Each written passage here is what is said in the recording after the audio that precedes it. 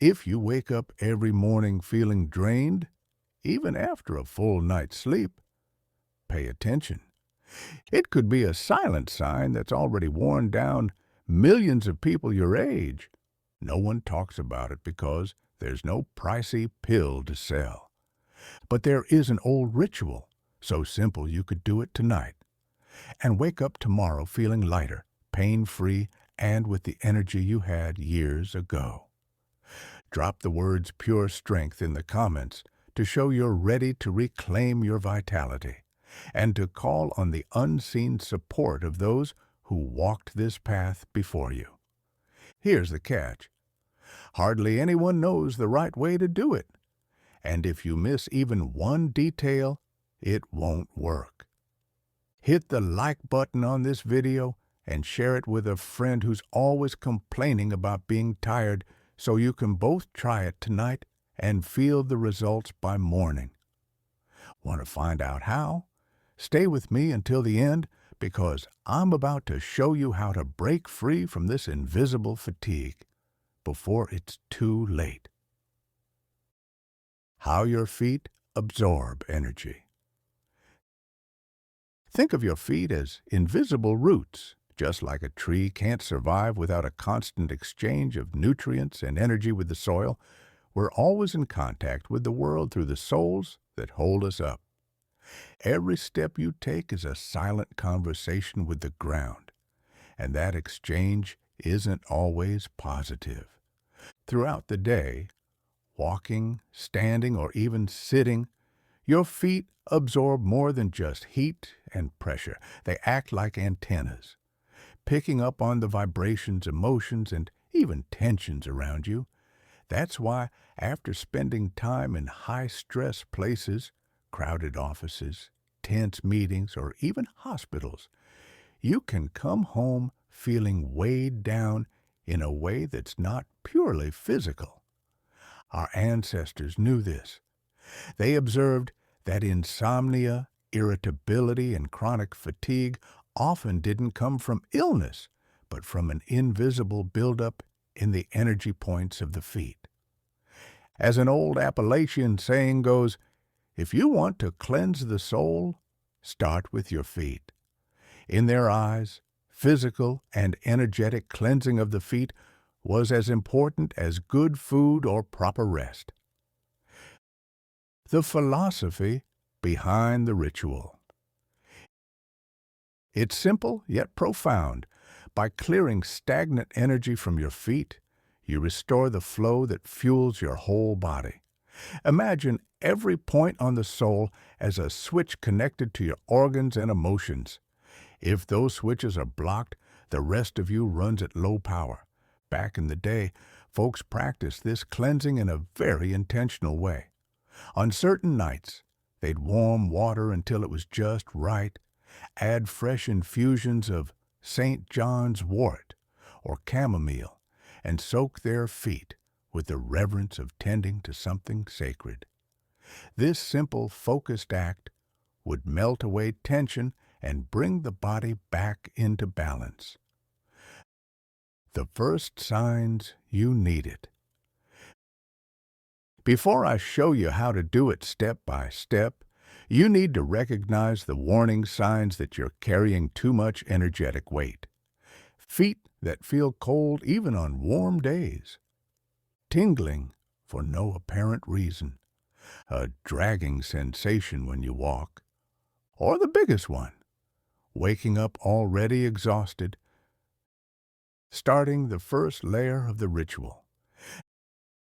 Now that you know your feet act as both filters and antennas, let's begin the first layer of the ritual. But remember, what I'm about to share is just the foundation. The real power is in the details I'll reveal later. Warm the water. Fill a basin with water warm enough to relax you, but not so hot it causes discomfort. The temperature matters. Too hot and you overload your energy flow. Too cold and you shut down the channels that need to open. Add your infusion. Stir in a fresh brew of St. John's wort or chamomile. St. John's wort acts like a beacon, pushing away heavy vibrations. Chamomile quiets the mind and primes the body for deep rest. Choose one, never both, as each carries a distinct energetic signature I'll explain later. Pause before you begin. Sit comfortably and take 3 slow, deep breaths. Look at your legs and feet as if you were about to greet old companions. This moment of stillness is the bridge between the physical act and the energetic effect. Notice the signs. Swollen from the inside feeling, excessive warmth or constant chill, even small spasms in your toes. Each is like a silent alarm that the heaviness you're carrying is more vibrational than muscular. Begin the soak. Lower your feet into the water slowly, treating the contact like a reunion. Close your eyes and imagine each heavy particle dissolving and drifting away. We won't yet speak the special words that amplify the process. Those will come at exactly the right moment, when they can deliver their full power. Before we go further, I need to warn you, there are mistakes and pitfalls that can cancel the effects of this ritual or even turn it against you. And that's the last thing we want when working with something this ancient. Common mistakes and hidden risks. An ancestral ritual isn't just about what you do, it's about how and when you do it. Small missteps can drain the process of its power, or worse, turn your cleansing into an even heavier energetic burden. That's why you need to know the most common mistakes before you begin. Mistake number 1, wrong water temperature.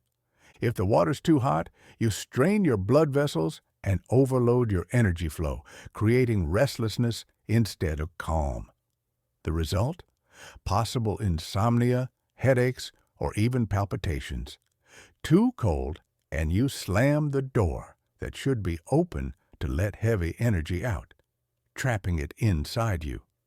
Mistake number 2, using the wrong soap. A lot of people think that a quick physical wash is enough, but regular soaps, especially mass-produced ones with synthetic fragrances, leave an energetic film that blocks natural release. The original ritual relied on nothing more than water, herbs, and salt. Mistake number 3, doing it while emotionally charged. Anger, deep sadness, or resentment carry a frequency that the water and massage can amplify. Instead of releasing dense energy, you might lock it in even deeper. That's why it's crucial to slow your breathing, calm your mind, and reach a neutral or grateful state before you start. The power of the right timing. Timing matters. This ritual works best late Friday afternoon, when the week's energy is naturally winding down and the symbolism of renewal is strongest. Sure, you can do it on other days and still feel relief, but the potency won't be the same. Friday holds a special place in this tradition, not just as the end of the work week, but as a day of release. It's when the buildup of the last 6 days begins to fall away, like autumn leaves drifting to the ground. In the old Appalachian way, folks would say, cleanse on Friday, wake in peace on Saturday. The late afternoon window is ideal.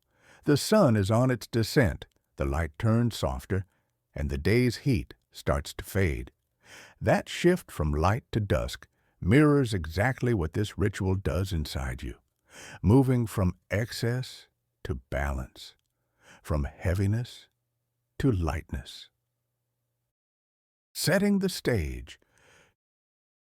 Treat your space as if you were creating a personal sanctuary. Keep the lighting low. A candle works best. The dimness shields your senses and helps you sink into the moment. Silence is powerful here, and if you must have sound, let it be something gentle, like the flicker of a flame or the distant sound of wind through trees. Choose a basin reserved only for this ritual. It can be simple, but never use it for anything else. Fill it with warm water, add your chosen herbs, and place yourself where you can sit undisturbed for at least 15 minutes. Keep your surroundings clean and uncluttered. External order helps internal order. A messy environment disrupts the energetic flow. Breathing into the transition. When you lower your feet into the water, feel the link between your breath and the warmth around you. With each exhale, imagine not just letting out air, but letting go of the entire week's weight. This moment is more than physical. It's a symbolic shift into a new state. The first movements. With the setting in place and Friday's energy on your side, it's time to begin the movement that brings the ritual to life. Every gesture here is a message to your body and to the energy surrounding it. After soaking your feet in the herbal water, wait in silence for a few moments, feeling the warmth spread. That pause is like opening a door, signaling to your body that something important is about to begin. First motion, from the heel toward the toes. With your hands, glide along the sole of your foot, applying light but steady pressure. This isn't random. It follows the natural path of energetic release, sweeping build-up weight outward. Focus on 3 key points. Heel, linked to your base energy, where tensions from survival stress and daily grind often gather. Center of the soul, a reflex point connected to your solar plexus, which governs emotions like anxiety and irritability. Toes, these are the fine release points that help disperse the leftover energy after you've worked on the main areas. As you work through the motions, keep your breathing slow and deep. Inhale as if you're pulling in lightness. Exhale, imagining the heaviness dissolving into the water. Mind and body need to be aligned. Your intention amplifies the physical result. Don't rush. Each touch should be deliberate, like you're reading a story written on the skin. Some people will feel intense heat in their hands, others a tingling sensation or even chills. These are all signs that energy is moving. Repeat the motions for a few minutes, alternating between each foot. Always finish by guiding your hands to the tips of the toes as if you were sweeping away anything that no longer serves you. Bringing in the natural elements. This first stage prepares your feet to receive the natural elements that complete the ritual. Now we move to the second phase, where salt, baking soda, and a specific second herb take the process to another level. With your feet warmed and awakened from the initial movements, add 1 tablespoon of coarse salt to the water. Salt acts as a natural purifier, drawing out the heavy energies loosened during the first stage. It also boosts circulation and creates an immediate sense of lightness. Next, add half a tablespoon of baking soda. Beyond softening the skin, it balances pH and symbolizes the neutralizing of negative charges, creating a more harmonious field.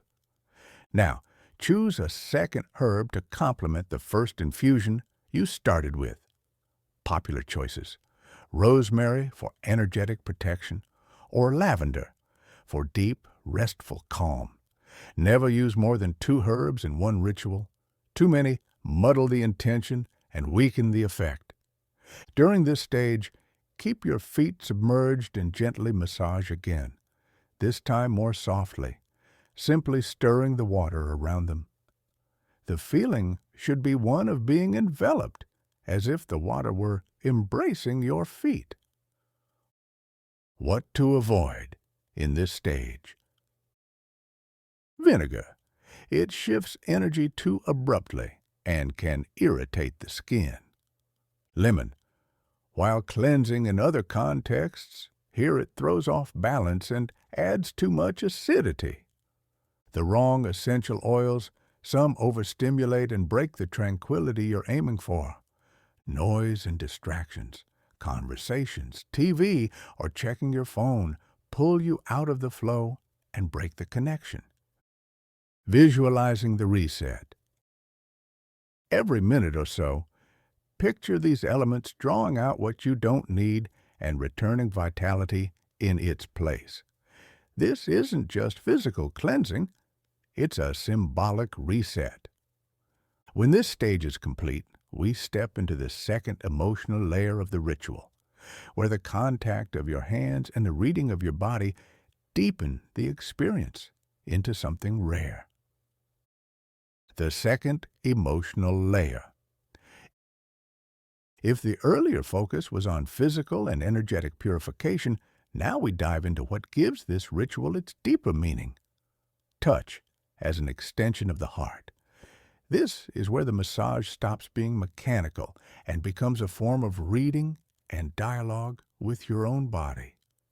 With your feet still in the water, place one hand under the heel and the other over the top of your foot. Close your eyes for a moment and feel the temperature, the texture, even the faint pulse. This awareness is no accident. It's like deciphering quiet signals sent by your own body. Begin the massage just as before, but now at a slower, almost meditative pace.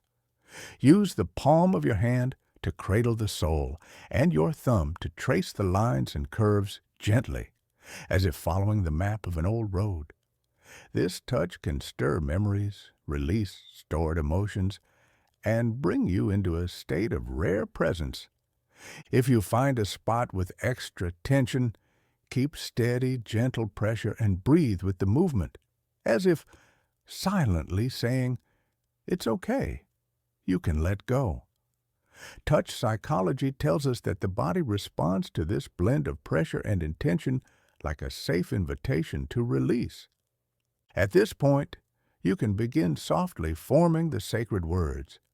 They are not commands, but statements of gratitude and surrender.